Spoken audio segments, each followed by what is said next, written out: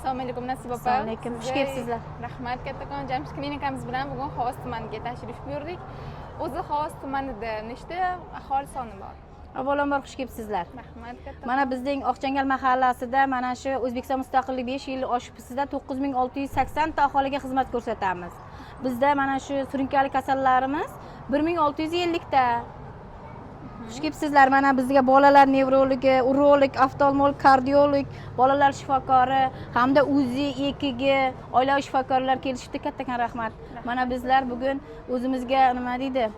Surunkali kasalliklarimizdan aytganmiz, bir 250-300 ta bemorlar keladi. Xudo xolasa xursand bo'ladi degan umiddamiz. Hozir jonli jarayonlarda nechta bemor kelgan taxminan? Hozir 150 tacha bor. 100 dan ortiq. Yana navbatda yana kelyapti, soati bilan aytilgan. 5 gacha xudo xolasa aytilgan, mana da soat 5 gacha xizmat ko'rsatiladi deganmiz. Qabul shu peshma-pesh nima deydi, bosqichma-bosqich keladi soati bilan hammasi.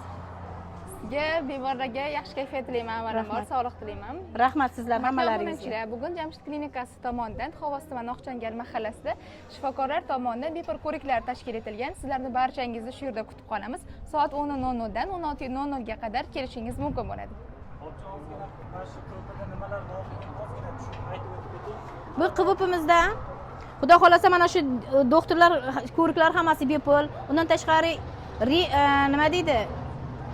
UZI bepul, rentgen bepul, o'zimizning nimalarimiz, analizlarimiz bepul.